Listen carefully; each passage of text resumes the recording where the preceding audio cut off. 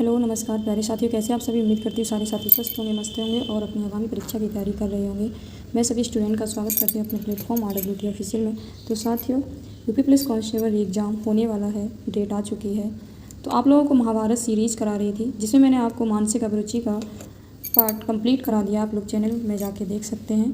तो आज का हमारा टॉपिक है रीजनिंग का जो भाग 2, जिसमें मैं आपको लॉजिकल वेन डायग्राम पढ़ाऊँगी। तो चलिए आज इस टॉपिक को कंप्लीट करते हैं। तो ये जो यूपी पुलिस कांस्टेबल एग्ज़ाम की परीक्षा में पूछे जाने वाले संभावित प्रश्नों का ये संपूर्ण संकलन है। तो तार्किक वेन आरेख का प्रैक्टिस सेट करेंगे। तो चलिए स्टार्ट करते हैं। अब से हम डेली रीजनिंग पढ़ेंगे, साथ में मैं आपको महाभारत सीरीज़ का हिंदी का भी मॉडल पेपर जो टॉपिक वाइज है वो पूरा सॉल्व कराएंगे महाभारत सीरीज़ का। तो एक वीडियो में कंप्लीट करा देंगे। तो चलिए इसको स्टार्ट करते हैं। स्क्रीन पर पहला प्रश्न है। चलिए,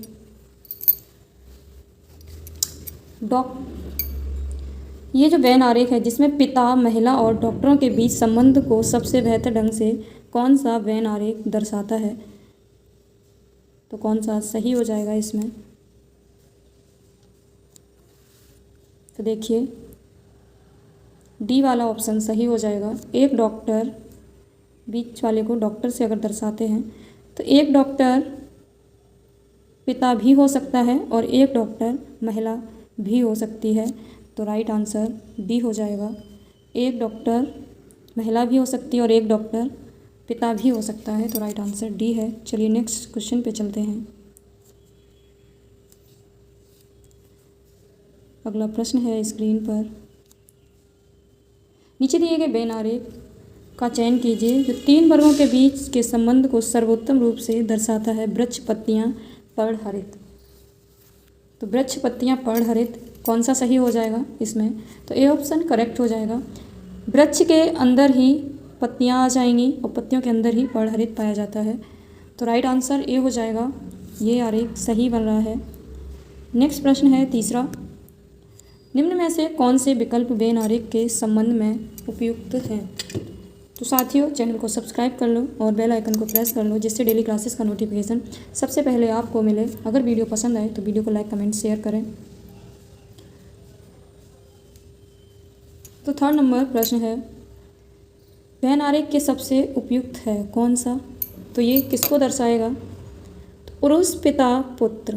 तो एक पुरुष पिता भी हो सकता है, पुरुष पिता भी होता है, पुत्र भी होता है। तो राइट आंसर ए हो जाएगा। ये इसी का सही संबंध है। नेक्स्ट है, तो चलिए निर्देश को पढ़ते हैं। नीचे दिया गया वेन आरेख कन्नड़, हिंदी, तेलुगु के ज्ञान के संबंध में एक शहर के 15 से लोगों के सर्वेक्षण परिणाम के बारे में जानकारी देता है। तो टी वो तेलुगु को दर्शाता है और के कन्नड़ और एच हिंदी। तो चलिए इसके प्रश्न देखते हैं। केवल तेलुगु 300 लोग बोलते हैं, केवल कन्नड़ 500 लोग और केवल हिंदी 250 लोग बोलते हैं। लेकिन जो पूरा समूह है वो 15 से लोगों का सर्वेक्षण परिणाम के बारे में जानकारी देता है। तो चलिए इसके प्रश्नों को सॉल्व करते हैं। 4 नंबर प्रश्न है, केवल 2 भाषाएं जानने वाले व्यक्तियों की संख्या कितनी है। तो केवल 2 भाषाएं 4 नंबर प्रश्न है। तो पहले आप लोग बताइए केवल 2 भाषाएं, ऐसे कौन से लोग हैं जो केवल 2 भाषाओं को जानते हैं।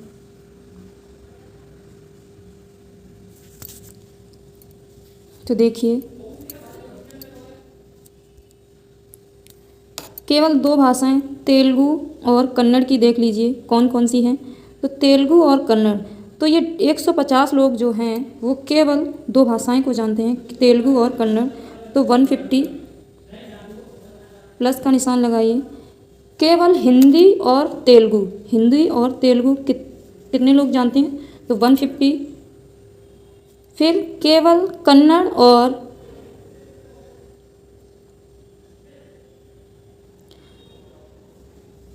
और हिंदी, कन्नड़ और हिंदी कितने लोग जानते हैं। तो 100 लोग।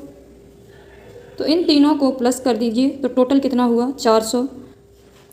तेलुगु एंड कन्नड़ 150, हिंदी एंड कन्नड़, हिंदी और कन्नड़ कितने लोग जानते हैं? 100, और तेलुगु और हिंदी 150, तो टोटल कितना हो गया? 400।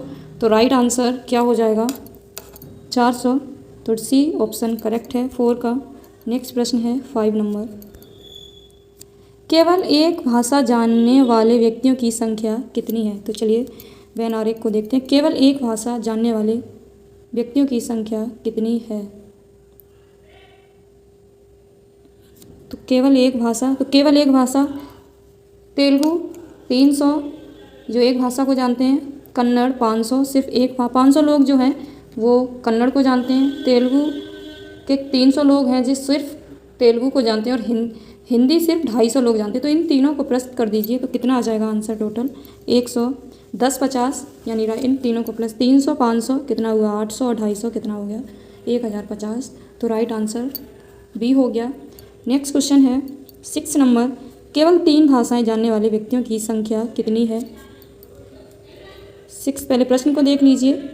केवल 3 भाषाएं जानने वाले व्यक्तियों की संख्या कितनी है? तो चलिए देखते हैं।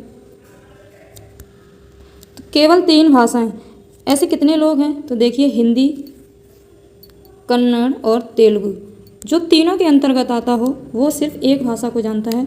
तो जो 50 जो है वो हिंदी के अंतर्गत भी आता है, तेलुगु और कन्नड़। तो ऐसे 50 जो लोग हैं सिर्फ एक भाषा को जानते हैं। तो राइट आंसर क्या हो जाएगा? तो राइट आंसर 6 का ये हो जाएगा, सिर्फ 50 लोग। आगे चलते हैं 7 नंबर प्रश्न है। तो आप लोग जब इस प्रैक्टिस सेट को लगाएं तो सबसे पहले आप वेन आरेख जो दिया गया क्वेश्चन में, तो आप लोग कॉपी पे उसको बना लें, उसके बाद प्रश्नों को सॉल्व करें तो आपको आसानी रहेगी। तो 7 नंबर प्रश्न है, केवल तेलुगु और हिंदी का ज्ञान रखने वाले लोगों की संख्या, केवल हिंदी के ज्ञान वाले लोगों की संख्या का अनुपात क्या है? तो किसका जानना है? केवल तेलुगु और हिंदी जानने वाले लोगों की संख्या जाननी है, और उनका अनुपात केवल तेलुगु और हिंदी की संख्या, और फिर केवल हिंदी के ज्ञान वाले। तो चलिए देखते हैं। तो यहीं पर इसको सॉल्व कर लेते हैं। क्या पूछा था? केवल तेलुगु इधर करते हैं सॉल्व। केवल तेलुगु और हिंदी, तो तेलुगु और हिंदी जानने वाले लोगों की संख्या क्या है? तेलुगु और हिंदी तो 150 है, चलिए लिख लेते हैं। और केवल हिंदी, तो केवल हिंदी जानने वाले लोगों की संख्या कितनी है? 250, तो रेशियो 250, तो 150 और 250। तेलुगु और हिंदी जानने वाले लोगों की संख्या 150, अनुपात 250, तो 0 से 0 काट दीजिए। फिर आप कितना बचा? 15, 25, तो इसका रेशियो क्या आ जाएगा? तो 5 या 15 और 5 25, तो 3:5 आ रहा है। तो राइट आंसर क्या हो जाएगा? 3:5। तो चलिए क्वेश्चन की तरफ चलते हैं। तो राइट आंसर डी हो जाएगा, 3:5 आया था। नेक्स्ट प्रश्न है 8 नंबर। तेलुगु तथा कन्नड़ जानने वाले लोगों की संख्या, 8 नंबर प्रश्न है। केवल किसको जानना है? तेलुगु और कन्नड़ जो बोलते हों उनको जानने वाले लोगों की संख्या, फिर कन्नड़ और तथा हिंदी जानने वाले लोगों की संख्या किस किस की देखनी है? तेलुगु और कन्नड़ और हिंदी। तो चलिए इसका रेशियो निकालते हैं।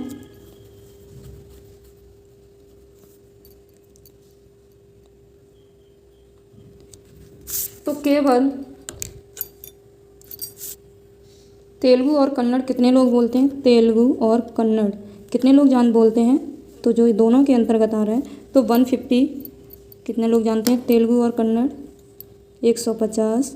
उसके बाद केवल कन्नड़ और हिंदी, और यहाँ क्या पूछा था? तेलुगु और कन्नड़, तो इन दो लोगों की पूछी है। तो रेशियो कन्नड़ और हिंदी 100 लोग जानते हैं, हिंदी और कन्नड़, तो इसका निकाल लीजिए। 0 से 0 कट गया। 5 3 15 और 5 दूनी 10, तो 3:2 आ गया। तो राइट आंसर क्या हो जाएगा? तो यहाँ पे देख लीजिए आप लोग, 150 रेशियो 100, 5 तियाँ 15, 5 दूनी 10, तो 3:2 किस में आ रहा है? तो बी में आ रहा है। तो राइट आंसर क्या हो जाएगा? बी हो जाएगा, 3:2। चलिए नेक्स्ट प्रश्न पे चलते हैं। 9 नंबर प्रश्न है, सॉल्व करते हैं। सभी 3 भाषाओं को जानने वाले व्यक्तियों की संख्या और उन व्यक्तियों की संख्या का अनुपात क्या है जो कन्नड़ नहीं जानते? ऐसे कितने लोग हैं जो कन्नड़ नहीं जानते हैं, लेकिन तीनों भाषाएं बोलने वाले व्यक्तियों की संख्या कितनी है? तो चलिए सॉल्व करते हैं।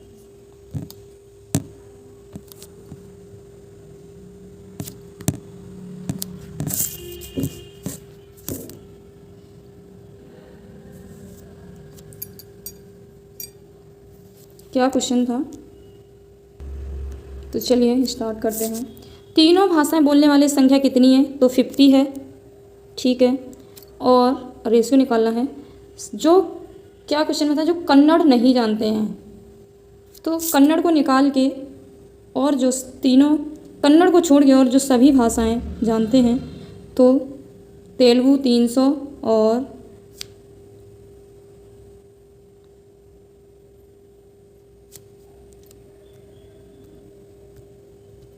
तो आपको कन्नड़ को निकाल देना है। तो कन्नड़ के अंदर ये इतनी सारी आ रही है। तो बस तीनों भाषाओं को 50 लोग जानते हैं, और उसके बाद जो कन्नड़ नहीं जानते हैं और बाकी तेलुगु और हिंदी जो बोलते हैं, तो 300 और 150 और 250, तो इनको प्लस कर लीजिए तो टोटल कितना हो गया? 700। तो इसका रेशियो निकाल लीजिए, 0 से 0 कट गया। तो 50 रेशियो 700, 14 पंजे 70, तो 1 रेशियो 14। तो राइट आंसर 1 रेशियो 14 हो जाएगा। तो चलिए, तो 9 का राइट आंसर ए हो जाएगा। नेक्स्ट प्रश्न है 10 नंबर। निम्न वेन आरेख में कौन सी संख्या उस भारतीय फसल को का सबसे बेहतर तरीके से प्रतिनिधित्व करती है जो अनाज है परंतु दुर्लभ नहीं है? अनाज तो है परंतु कैसी नहीं है? दुर्लभ नहीं है। तो दुर्लभ को कौन दर्शा रहा है? तो ये त्रिभुज दर्शा रहा है दुर्लभ को। तो जो दुर्लभ नहीं है लेकिन क्या है? अनाज है और भारतीय, ऐसी कौन सी भारतीय जो फसल है, भारतीय फसल है जो अनाज है लेकिन दुर्लभ नहीं है? तो ये दुर्लभ के अंतर्गत आते हैं सारे। तो जो 7 है, 7 ऐसी संख्या है जो भारतीय है, अनाज भी है लेकिन दुर्लभ नहीं है। तो राइट आंसर सी हो जाएगा। नेक्स्ट प्रश्न है 11 नंबर। वेन आरेख निम्नलिखित में से कौन सी संख्या केवल मुलायम सूती और कमीज को दर्शाती है? तो मुलायम, मुलायम क्या है? वर्ग है। वर्ग क्या है? ये मुलायम को दर्शाता है। और सूती आयत को दर्शाता है। और कमीज वृत्त को दर्शाता है, कमीज। और लखनवी जो त्रिभुज को दर्शाती है। मुलायम वृत्त को दर्शाती है, बता दिया आपको, आयत इसको। और लखनवी, ये लखनवी जो है वो त्रिभुज को दर्शाती है। तो देख लीजिए आप लोग। तो ऐसी कौन सी जो केवल मुलायम सूती कमीज को दर्शाती है? तो जो 5 जो है वो मुलायम और सूती कमीज को दर्शाता है। 5 ऐसी संख्या है, देख लीजिए इसको छोड़ के, जो मुलायम भी है, सूती है और कमीज भी है। तो 5 अब आपको दिखाई देगा, यहाँ से इसको हटा दीजिए। ऐसी जो मुलायम इस सब के अंतर्गत आ रही है, तो ऐसी कौन सी है? तो 5 है। तो राइट आंसर क्या हो जाएगा? बी हो जाएगा। 11 का राइट आंसर बी है।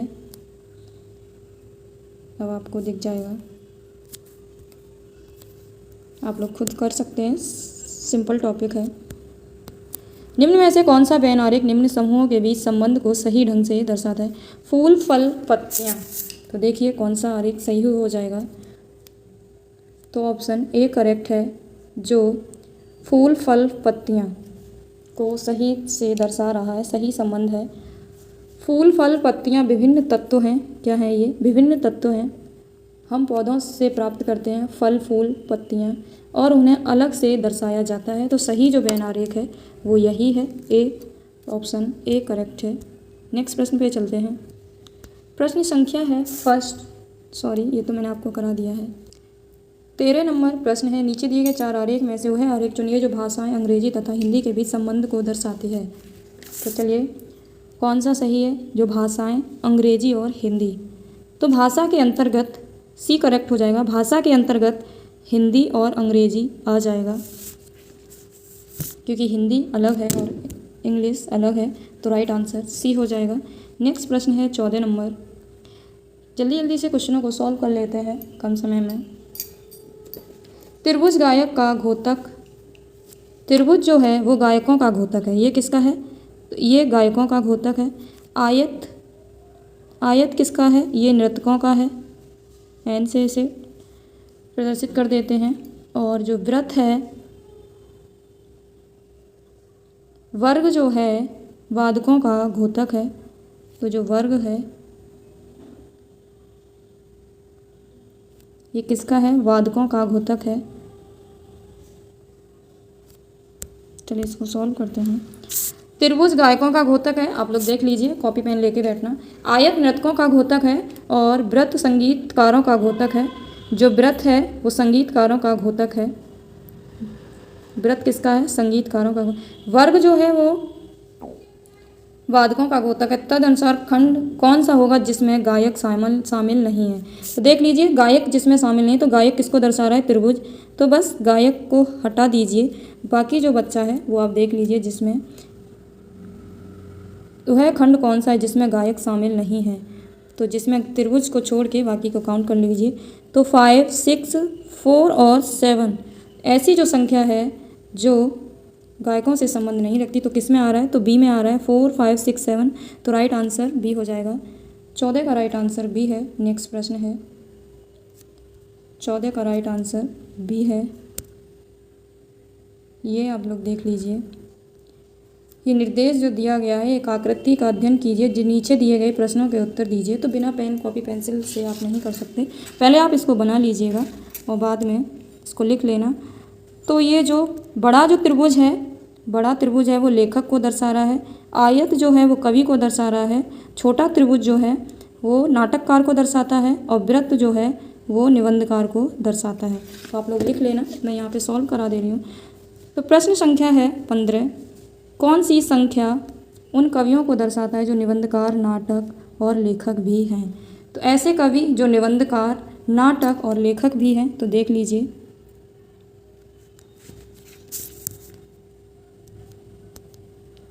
तो जो निबंधकार, नाटक और लेखक हैं, ऐसे कौन से कवि हैं? तो देखिए, जो 6 संख्या आप लोगों को जो ये दिख रही है 6, तो वो नाटक भी है, नाटककार भी है, निबंधकार भी है और लेखक भी है। तो 6 ऐसी संख्या है। तो राइट आंसर 15 का क्या हो जाएगा? सी हो जाएगा, करेक्ट है। 16 नंबर प्रश्न है, कौन सी संख्या उन नाटककार को दर्शाती है जो निबंधकार नहीं है? तो देखिए, निबंधकार नहीं है और जो नाटककार को दर्शाती है, ऐसी कौन सी संख्या है? तो जो छोटा त्रिभुज है वो निबंधकार का है। छोटा त्रिभुज किसका है? निबंधकार का है। ये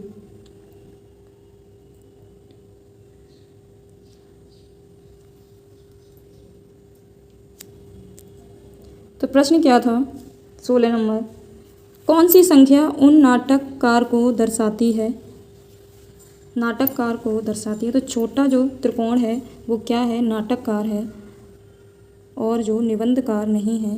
तो निबंधकार को हटा दीजिए। तो निबंधकार किसको दर्शा रहा है? तो वृत्त जो है वो निबंधकार को दर्शा रहा है। तो आप इसको छोड़ के, और जो क्या है? नाटककार है। तो 8 ऐसी संख्या है जो क्या है? सिर्फ नाटककार है। तो राइट आंसर क्या हो जाएगा? 16 का ए हो जाएगा। नेक्स्ट प्रश्न है 17 नंबर। प्रश्न को पढ़ते हैं। कौन सी संख्या उन कवियों को दर्शाती है जो निबंधकार भी हैं किंतु लेखक अथवा नाटककार नहीं है? किंतु लेखक, कौन सी संख्या उन कवियों को दर्शाती है जो निबंधकार भी हैं, निबंधकार हैं परंतु लेखक अथवा नाटककार नहीं है। चलिए इसको सॉल्व करते हैं।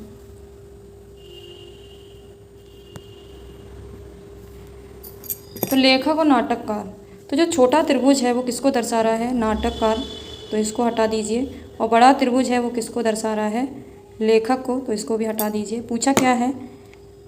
कवि जो निबंधकार हैं ले और ऐसे कवि जो निबंधकार हैं, तो कवि को कौन दर्शा रहा है? कवि, तो कवि आयत के अंदर, आयत किसको दर्शा रहा है? कवियों को दर्शा रहा है। और जो निबंधकार हैं, और वृत्त किसको दर्शा रहा है? निबंधकार को। तो देखिए, तो 5 ऐसी संख्या है जो निबंधकार भी हैं और कवि भी हैं। तो राइट आंसर क्या हो जाएगा? 17 का ए हो जाएगा 5। नेक्स्ट प्रश्न है 18 नंबर। कौन सी संख्या केवल लेखकों को दर्शाती है जो ना कवि हैं और ना नाटककार और ना ही निबंधकार हैं? तो जो ना कवि हो, ना नाटककार हो, ना निबंधकार हो, केवल क्या हो? लेखक। चलिए इसको सॉल्व करते हैं।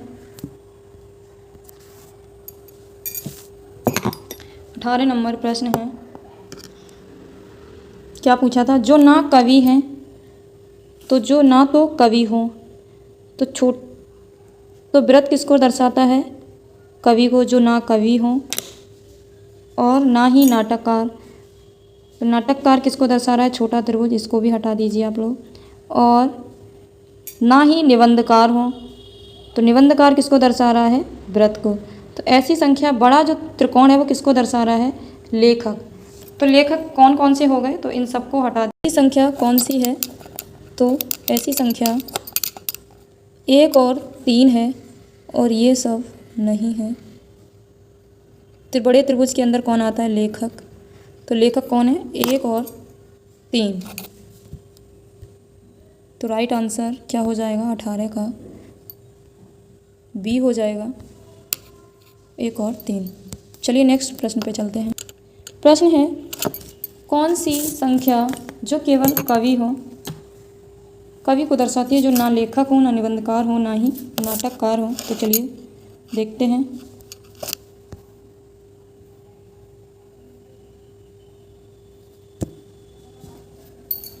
कौन कौन नहीं हो?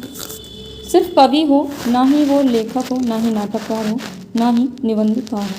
तो ये जो वृत्त आयत है, आयत तो किसको दर्शा रहा है? कवि को दर्शा रहा है। तो ऐसे कौन सी? तो ये 2 और 4 ऐसी संख्या है जो किसी के अंतर्गत नहीं आ रही है। तो यही इसका राइट आंसर हो जाएगा, जो सिर्फ कवि हैं। तो राइट आंसर 19 का ए हो जाएगा। नेक्स्ट प्रश्न पे चलते हैं। 20 नंबर प्रश्न है, चलिए पढ़ते हैं। नीचे दिया गया आरेख उन छात्रों को दर्शाता है जो क्रिकेट, फुटबॉल और कबड्डी खेलते हैं। क्रिकेट, फुटबॉल और कबड्डी जो तीनों ही खेलते हैं। तो डी ऐसी संख्या है जो सबके अंतर्गत आ रहा है। फुटबॉल के अंतर्गत भी आ रहा है, क्रिकेट, देखिए क्रिकेट के अंतर्गत भी आ रहा है, फुटबॉल के अंतर्गत भी आ रहा है, और कबड्डी के अंतर्गत भी आ रहा है। तो राइट आंसर क्या हो जाएगा? उन छात्रों को जो तीनों खेल के गेम में खेलते हैं। तो राइट आंसर डी हो जाएगा। नेक्स्ट प्रश्न पे चलते हैं। 21 नंबर प्रश्न है, नीचे दिए गए बेन आरेख उन छात्रों को प्रतिनिधित्व करता है जो कला, वाणिज्य और अर्थशास्त्र पढ़ते हैं। कला, वाणिज्य और अर्थशास्त्र पढ़ते हैं। आरेख का अध्ययन कीजिए और उस क्षेत्र को पहचानिए जो कला और वाणिज्य पढ़ते हैं लेकिन अर्थशास्त्र को नहीं पढ़ते हैं। तो अर्थशास्त्र जो नहीं पढ़ते हैं तो वो ये अर्थशास्त्र को दर्शा रहा है। और ये मैं छोटा सा करती हूँ, ये अर्थशास्त्र को दर्शा रहा है। लेकिन वाणिज्य और कला पढ़ते हैं, तो एम ऐसी है। एम जो है वो जो दोनों ही पढ़ता है, कला और वाणिज्य। तो राइट आंसर सी हो जाएगा। क्या हो जाएगा? सी हो जाएगा। ऑप्शन सी करेक्ट है। नेक्स्ट प्रश्न है 22 नंबर। चित्र में जो वृत्त 3 वृत्त दर्शाए गए हैं जो कुछ लोगों को वर्ग का प्रतिनिधित्व करते क्रमशः 1 से 7 द्वारा विभिन्न वर्ग प्रदर्शित है। तदनुसार नीचे दिए गए वक्तव्य पढ़िए और बताइए उन्हें किस संख्या द्वारा प्रदर्शित क्षेत्र में सही बैठा है। कौन सही बैठा है? चलिए इसका जो नीचे प्रश्न दिया गया है, क्या है प्रश्न? वे भारती जो नाटककार भी हैं और कृषक भी हैं। वे भारती जो नाटककार भी हैं और कृषक भी हैं। वे भारती जो नाटककार और कृषक हैं। तो देखिए ऐसी कौन सी संख्या है जो तीनों के अंतर्गत आए? तो तीनों के अंतर्गत कौन आ रहा है? 3 ऐसी जो संख्या है वो तीनों में आ रहा है। इधर से भी देख लीजिए, इधर से, और कृषक और नाटककार भारती तो राइट आंसर क्या हो जाएगा, सी हो जाएगा। आगे चलते हैं। 23 नंबर प्रश्न है, कौन सा आरेख मनुष्य, शिक्षकों और स्नातकों के बीच संबंध का सही निरूपण करता है? कौन सा आरेख मनुष्य और शिक्षक और स्नातकों के बीच, मनुष्य, शिक्षक और स्नातक। तो एक मनुष्य, चलिए बनाते हैं, मनुष्य के अंतर्गत स्नातक और एक स्नातक शिक्षक भी हो सकता है और एक शिक्षक स्नातक भी हो सकता है। तो ऐसा कहाँ बना है आप लोग देख लीजिए। तो राइट आंसर ए हो जाएगा। कुछ शिक्षक क्या हो जाएंगे, स्नातक हो सकते हैं तथा कुछ स्नातक शिक्षक भी हो सकते हैं। सभी शिक्षक और स्नातक मानव प्राणी हैं। सभी जो स्नातक और शिक्षक हैं वो कैसे हैं, मानव प्राणी हैं। तो राइट आंसर यही बन रहा है। नेक्स्ट प्रश्न पे चलते हैं। तो आप लोगों को समझ आ रहा होगा। अगर आपको समझ जहाँ नहीं आए, आप वीडियो को 2 बार 3 बार देख सकते हैं, समझ आ जाएगा। निम्नलिखित में से कौन सा आरेख अविवाहित अध्यापक और पिता को सूचित करता है? तो 24 नंबर प्रश्न है। तो कौन सा इसमें सही बन रहा है? एक अध्यापक जो अविवाहित और अध्यापक और पिता, इन तीनों के बीच संबंध कौन सा आरेख दर्शा रहा है? सही। तो देखिए ए ऑप्शन इसका करेक्ट हो जाएगा। कैसे? एक अध्यापक क्या हो सकता है, पिता भी हो सकता है और अविवाहित भी हो सकता है। तो एक अध्यापक पिता भी हो सकता है एवं अविवाहित भी हो सकता है, परंतु क्या एक पिता अविवाहित नहीं हो सकता। तो राइट आंसर क्या हो जाएगा, ए हो जाएगा। चलिए नेक्स्ट प्रश्न पे चलते हैं। 25 नंबर है, कौन सा आरेख राजनीतिज्ञों, कवियों और महिलाओं के बीच संबंध को दर्शाता है? कवि, महिला और राजनीतिज्ञ। ये इम्पोर्टेंट प्रश्न है, ये ऐसे अक्सर पूछ लिया जाता है कुछ एग्जाम में। तो इसका क्या संबंध बन रहा है, कौन सा सही है? तो राइट आंसर कौन सा हो जाएगा? तो राइट आंसर इसका डी हो जाएगा। कैसे? महिला, कवि और राजनीतिज्ञ। तो एक राजनीतिज्ञ, देखिए ये राजनीतिज्ञ हो गया, यार से डिनोट कर देते हैं। तो एक राजनीतिज्ञ महिला भी हो सकती है और कवि भी हो सकता है। तो एक महिला को, जब महिला एक कवि होती है तो उसे कवित्री बोलते हैं। क्या बोलते हैं? महिला कवि को क्या बोलते हैं? कवित्री बोलते हैं। तो कौन सा सही बन रहा है? यही सही बन रहा है। तो घोंच पोंच हो जा रहा है, तो इसमें आप देख लीजिए। तो राइट आंसर डी है। नेक्स्ट प्रश्न पे चलते हैं। 26 और 30 प्रश्न, इसमें 26 से 30 तक प्रश्न बन रहे हैं। चलिए सॉल्व करते हैं। आकृति का अध्ययन करें। आप लोग अपने कॉपी पे बना लीजिए इसको, फिर इसके प्रश्न जब तो उसको सॉल्व करना। तो क्या है? भारतीय, नायक और गायक। तो ये जो है वो नायक हैं, इसके अंतर्गत जो भी आ रहे हैं वो नायक हैं और इसके अंतर्गत आ रहे हैं वो गायक हैं, और इस व्रत के अंतर्गत जो वो भारतीय है। तो चलिए इसके प्रश्नों को देखते हैं। तो 26 नंबर प्रश्न है, कौन सा संकेत नायक को दर्शाता है परंतु ना तो गायक और ना ही भारतीय हो? वो गायक हो ना ही, कैसा हो, नायक, सॉरी, वो नायक हो ना ही गायक और ना ही भारतीय हो। तो चलिए देखते हैं।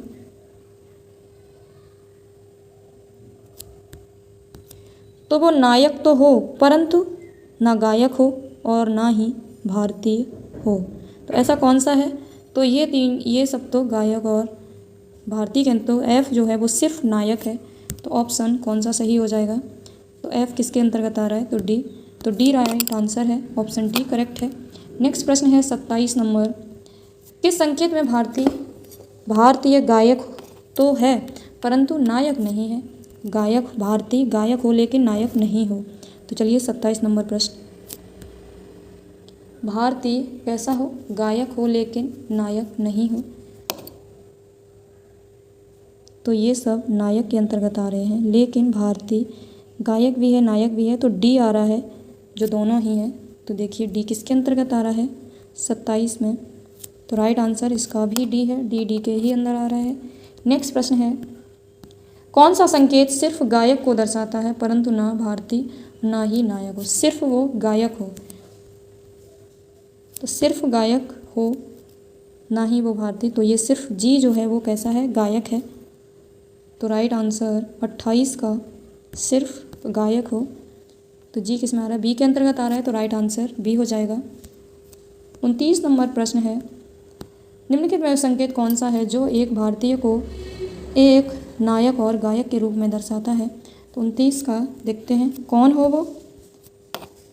एक भारतीय को एक नायक और गायक के रूप में दर्शाता है, भारतीय जो नायक और गायक के रूप में दर्शाता है, चलिए देखते हैं।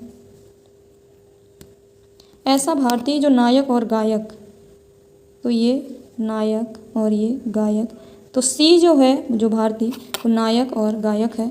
तो चलिए राइट आंसर क्या हो जाएगा इसका, 29 का राइट आंसर बी हो जाएगा, जो भारतीय नायक और गायक है। नेक्स्ट प्रश्न है 30 नंबर, किस संकेत में भारतीय नायक है परंतु गायक नहीं है। तो 30 संकेत में भारतीय गायक हो परंतु नायक नहीं हो, चलिए देखते हैं। भारतीय कौन हो, नायक हो लेकिन गायक नहीं हो, तो ये सब तो किसके अंतर्गत आ रहे हैं, गायक के अंतर्गत। तो बी जो है वो नायक भी, वो भारतीय नायक है, तो राइट आंसर 30 का क्या हो जाएगा, ए हो जाएगा। ए ऑप्शन करेक्ट है, जो भारतीय नायक है परंतु गायक नहीं है। तो इसके सारे क्वेश्चन लग चुके हैं और ये इसकी आंसर की है, जो आप लोग देख सकते हैं। इसमें एक क्वेश्चन गलत, इसका गलत है, किसका था, इस आंसर की में गलत दिया गया है एक का। वो क्वेश्चन कौन सा था, 5 नंबर, 5 का डी नहीं होगा, इसका जो आंसर सही था वो बी होगा, 5 का बी है, बाकी सही है। अब हम आपको मिलते हैं नेक्स्ट वीडियो में नेक्स्ट टॉपिक के साथ। अगर आपको वीडियो पसंद आए तो वीडियो को लाइक कमेंट शेयर ज़रूर करें और भी अपने साथियों को जोड़ें, अपने फ्रेंड्स को जोड़ें चैनल के साथ। तो डेली आपको क्लासेस मिलेगी यहाँ पे। Best of luck, thank you.